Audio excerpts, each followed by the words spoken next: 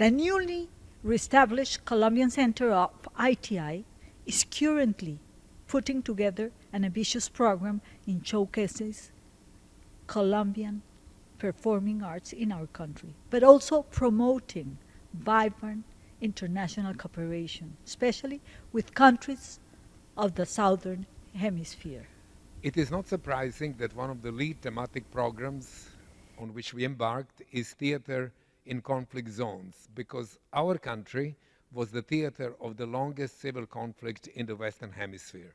The conflict ended a few years ago, but not before 250,000 people were killed and over 7 million were displaced. We believe very strongly that the theater can be used as a tool for peace and at the same time is a healer of wounds inflicted by conflict. It is for this reason that we decided to compile a collage of videos representing the visceral power of hope that art can open to send a message of peace amongst ethnic, religious, and political divided groups, drawing on rich experiences that Colombia and many other parts of the world have experienced. First of all, we are using examples from our country. The word of the young film director Manuel Correa, also a member of the board of the Colombian ITI Center, which depicts the power of theater to help victims of armed conflict to heal their traumas and move on in life. The second one is a contribution by another young member of the board of the center, Jair Rivera, who is performing the well-known music from the Savannah, La Música Llanera, with artists from both Colombia and Venezuela. And then, in the spirit of South-South cooperation, we also illustrated on the examples of Kenya, of South Africa, and then also the ITI centers in Sudan, in Sri Lanka, and in the Philippines, the power of theater as a healer of wounds. And we also used the example of former Yugoslavia, which also disintegrated after many years of a bloody civil war. And we have asked Signor Fabio Toledi, the president of the Italian ITI Center, to tell us something about the ITI programs about theater in conflict zone, because he chairs that particular committee. We believe that what we are doing in the field of the theater in conflict zones also promotes cultural diplomacy, one of the key pillars of UNESCO. This is why we also ask Madame Hedbasser, UNESCO Goodwill Ambassador for Cultural Diplomacy, to explain to us the link between our work and the work of UNESCO. And lastly, as a sort of commercial for our scenic arts, we are very proud to be able to address you from this architectural jewel, the former Church of Mercy, now a neo-Baroque theater, Adolfo Mejia, in Cartagena de Indias, a walled Baroque city, which lends itself naturally as a scenario for festivals because of its plethora of churches, of palaces, of chapels, and convents.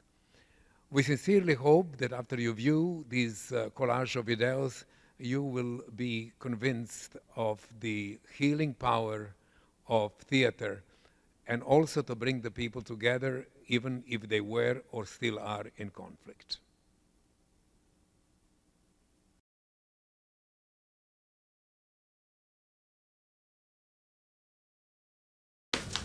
I'm very happy and privileged to take part of this video college on the topic of ITI theater in conflict zones.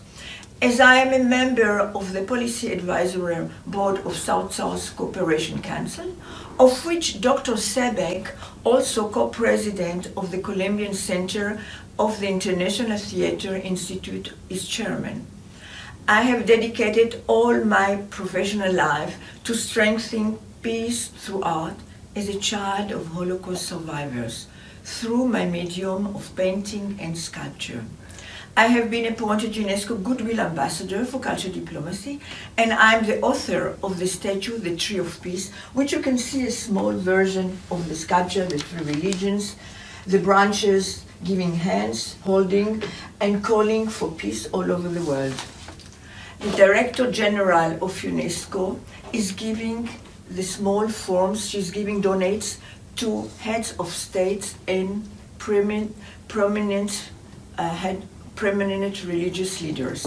Moreover, I joined forces with the government of Andorra and its UNESCO National Commission to start a major UNESCO program entitled Art Camp Colors of the Planet. The purpose of the program is to get artists from various countries in conflict and to teach them to use art to advertise the culture of peace. We have every 2 years art camp in Andorra for the global level and have developed it for the Mediterranean in Malta with the government of that country. And we now are taking it all across the world. I'm developing the program in all the 5 continents. I consider the effort of the Colombian Center of ITI joining forces with ITI Center in Sudan, the Philippines and Sri Lanka, and other like-minded organizations in Kenya and Nigeria as a splendid example of cultural diplomacy. As theater and all performing arts also use painting and sculptures for the scenery, I am extremely happy to join this ongoing program, which will present it at the forthcoming World Center of ITA at the beginning of December. I will also showcase the valuable work of ITI, which has an office in UNESCO, in all fora of UNESCO, in which I participated, and I am delighted to bring Europe to the exciting cooperation among nations of the Caribbean and Latin America, Africa, and Asia. Thank you.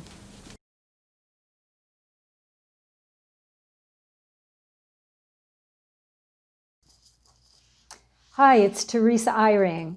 I am Vice Chair of ITI Americas and Co-President of ITI US. I'm thrilled to welcome the new Colombian Center of ITI, which is led by Ana Marta Di Pizarro and Victor Seebeck. Their commitment to the power of the arts, the performing arts, theater, music in conflict zones is so crucial because artists are central to the peace and healing process, whether it's in Colombia, whether it's in Sudan, whether it's in any other part of the world where there's long-standing violence and displacement of people and the pain that that causes. Arts and culture have a transformative impact, and they know that, and they are bringing that to us in the worldwide context through their new affiliation with the International Theater Institute. We welcome you and we look forward to working with you.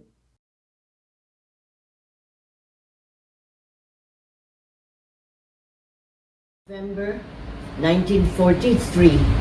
I was born when World War II was raging in the Philippines, compounded by a strong storm that caused no transportation, no electricity. Even my mother had to bear alone a cesarean operation without anesthesia. I am a posthumous baby. I never saw my father. He died. He was a guerrilla captain fighting for the liberation of our country from Japanese occupation. The city of Manila was among the most damaged, and the restoration of its lost glory was a long, tortuous effort. It is now the 21st century. It seems nothing has changed. Still massive misery is witnessed all over the continents. Death, destruction of livelihood, homes, infrastructure, environmental degradation, desecration of heritage, disabilities, disease, starvation, divisiveness. When will we ever learn that war is insanity? The worst painful sight in our own backyard is the devastation of the beautiful city of Marawi in Mindanao, a center of culture and education, assaulted by the Maute rebels assisted by ISIS terrorists. The misery, the suffering is indescribable in refugee camps of the victims who sometimes still awaiting for full rehabilitation, even go into exile in other provinces and towns away from the birthplace. We have to address trauma, discombobulation of their mental state through healing arts workshops. The Philippines could not reach the zenith of development because of armed conflict with Muslim and communist rebels. Luckily, our government has forged the Bangsamoro Organic Law and it is in good transition. We are still awaiting the return of NPA rebels to the peace table. We must stop senseless killings among brothers and sisters. Theater in conflicted areas must recharge memories. We must re-echo and reverberate the agonizing cries of widows and orphans. We must conscientize with value lifelong learning to cast away greed and corruption and substitute it with compassion, caring, and sharing. We must gather all sectors into inclusive interfaith, intercultural dialogue to reveal the root causes of this evil: intolerance, injustice, inequity, repression, oppression, and tyranny, even fake news. We must, as artists in diverse cultural expressions, record, document, and light the pathway to accept guilt, shared guilt, but with restitution and reconciliation to affirm our common humanity. The Philippines is leading the Social Change Network together with SSCC and with the Earth Savers, founded by my late husband, Senator Hierson Alvarez. Under UNESCO patronage, our mission is to commit to harness and mobilize artists, educators, communicators, scientists into a rainbow creative army, not by force of arms, but by the persuasive power of the arts. Our métier of service is to build a peaceful, better, sustainable, healthy, clean environment for our children. We would like to welcome you in the Philippines, October 2021, for our Resilient Sustainable Development Goals Arts Festival. God bless us all. Allahu Akbar. Thank you.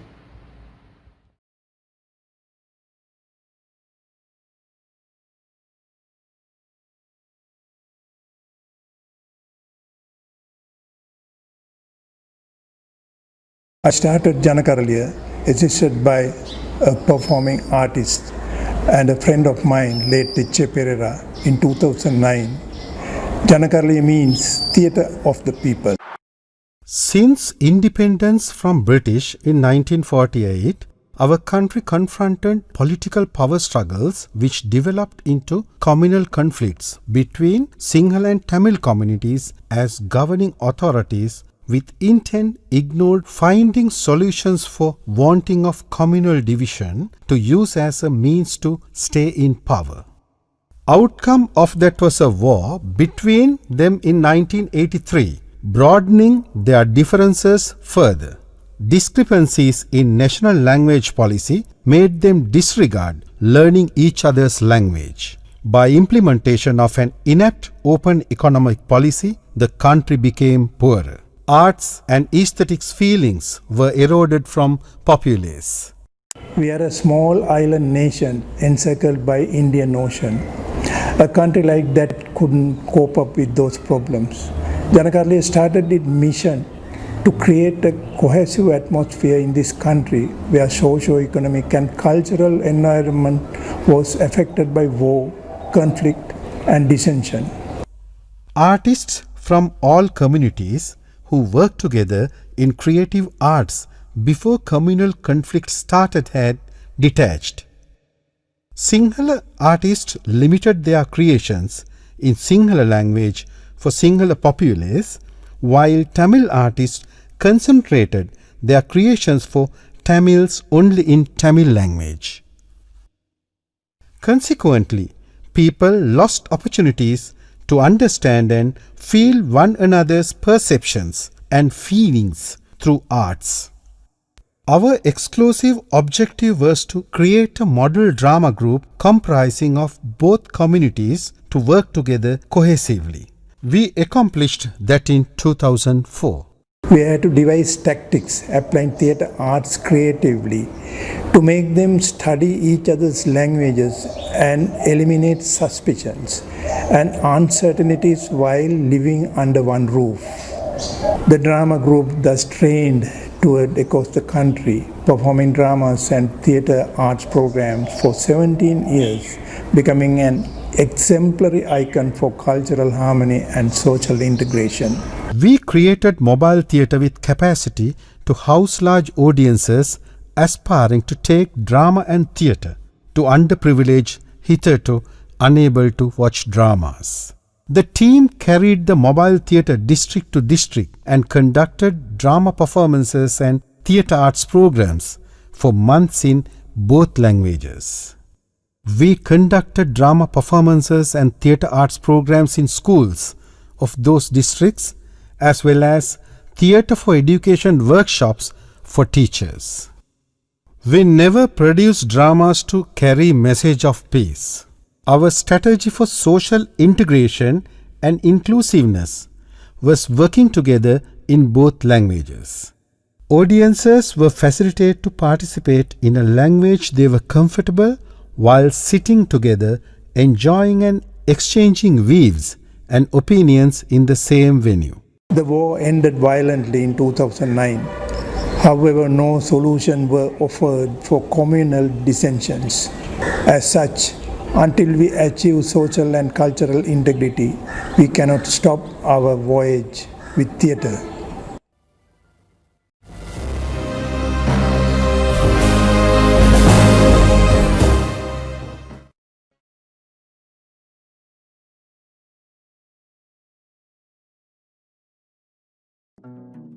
Hello everyone, my name is Jair Rivera. I am a musician and mechatronic engineer from Colombia. Firstly, I have to say that I am humbled and pleased to have been selected as a foundation board member of Colombian Center of International Theatre Institute. I send a warm hug to Victor and Ana Marta and all the other members of the board. I hope we can meet soon. In Colombia, we have one of the richest musical diversity on our continent. Most of people express all their emotions and shape their cultures through music and dance.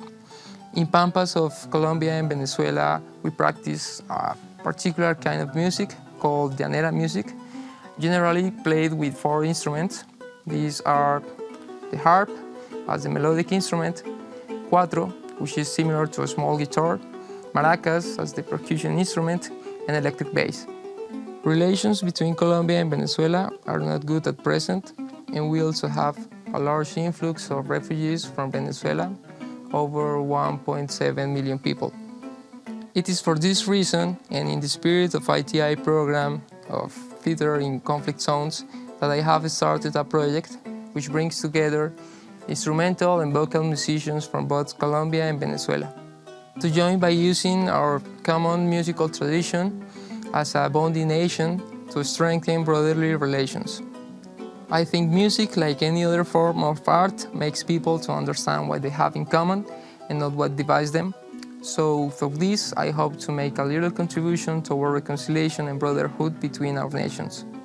I shall demonstrate now this music on my instrument, the harp, and accompanies me Reinaldo Acuña on vocals, Enrique Gutiérrez on cuatro, Leonardo Mencías on maracas, Carlos Cosi on electric bass, and Jimmy Ramirez on technical production. I hope you enjoy it.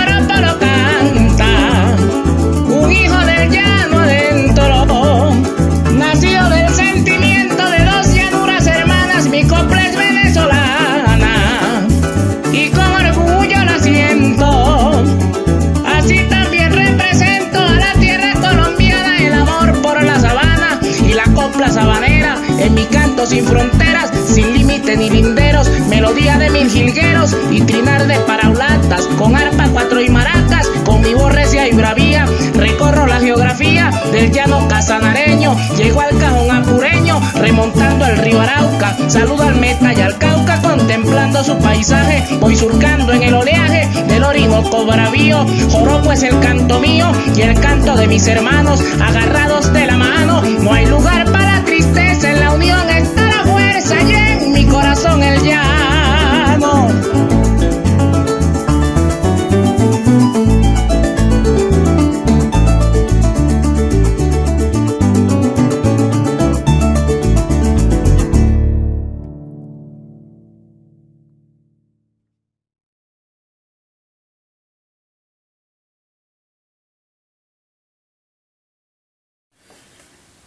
I am honored to provide a short contribution as part of the Colombian Theatre Conflict Zone program. Although my country, South Africa, is now fortunately no longer a conflict zone in the strictest sense, for many decades the vast majority of our people lived under an oppressive regime of segregation called apartheid, which disfranchised black people. Although tremendous efforts have been employed in building an inclusive and just society, we acknowledge that much more needs to be done. Culture has definitely contributed immensely to build such cohesion and inclusivity. We are a very diverse nation, rich in culture and heritage, and naturally express ourselves like everywhere else on the African continent through music, song, and dance. And we have used the arts to strengthen the national pride in our centuries-old culture. KwaZulu-Natal is a particularly culturally rich part of our country, and we would like to demonstrate what this province has done to showcase its traditional values, to emphasize social cohesion through a folkloric group called Sangena Traditional Zulu Group from the city of Durban. We would like to join the global community of scenic arts in celebrating the values of rich traditional cultures in strengthening peace and social justice.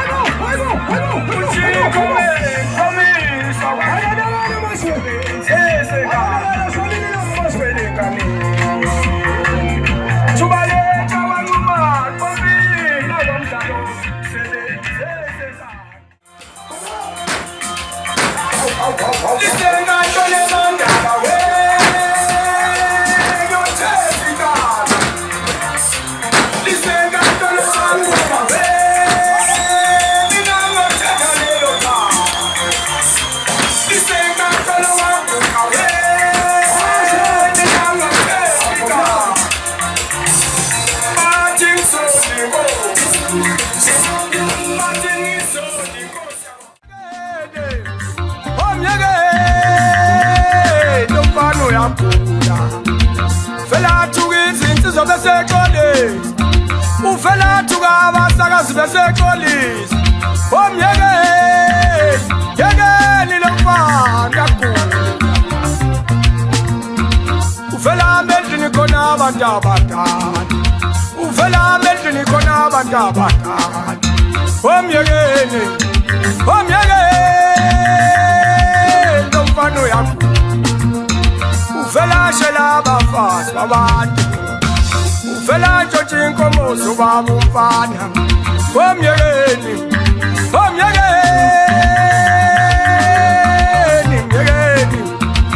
wathuka umfoka number 4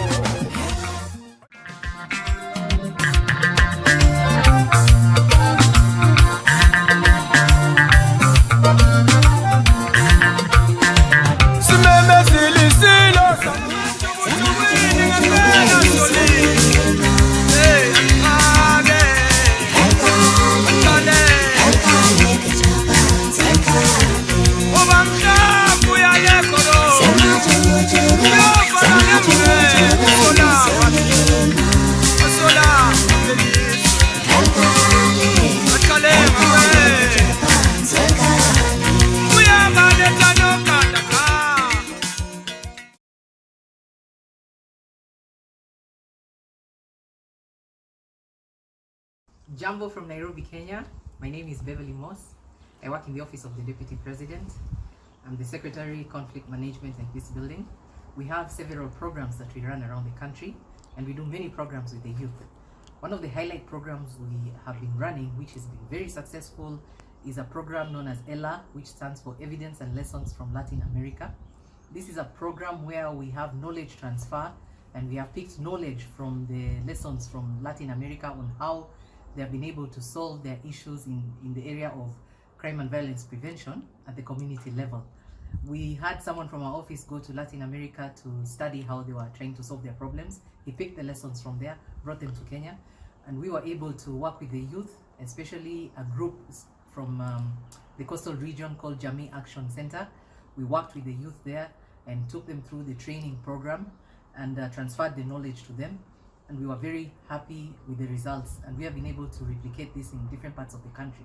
Some of the problems facing the youth at the coastal region are issues to do with drug abuse, issues to do with poverty, unemployment, school dropouts, early pregnancies, petty crimes in the area, and also serious crimes. And one of the big issues is the issue to do with radicalization, in which the youth who feel hopeless and have nothing to do are radicalized and made to join terrorist groups in thinking that they're going to make a lot of money for their families. And through the program that we've taken them through, we've been able to transform a lot of youth who felt hopeless and given up in life.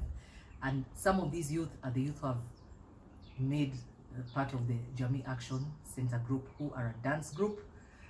They use music, art and dance to spread the word of peace and to transfer the knowledge that we have given them to the rest of their youths, because now they're role models among the youth. So I'll show you a clip which you'll be able to see their dance and how they perform and how they have impacted the community through their dance. Just by seeing the dance, you'll see how they're happy. This dance has also helped them to be able to earn sources of livelihood, because they get paid to perform in government occasions and other different occasions. And it has also made them happy that they're doing something that they like, and their lives have changed, and now they are the keepers of peace in their communities. So I hope you'll enjoy the video. Thank you very much.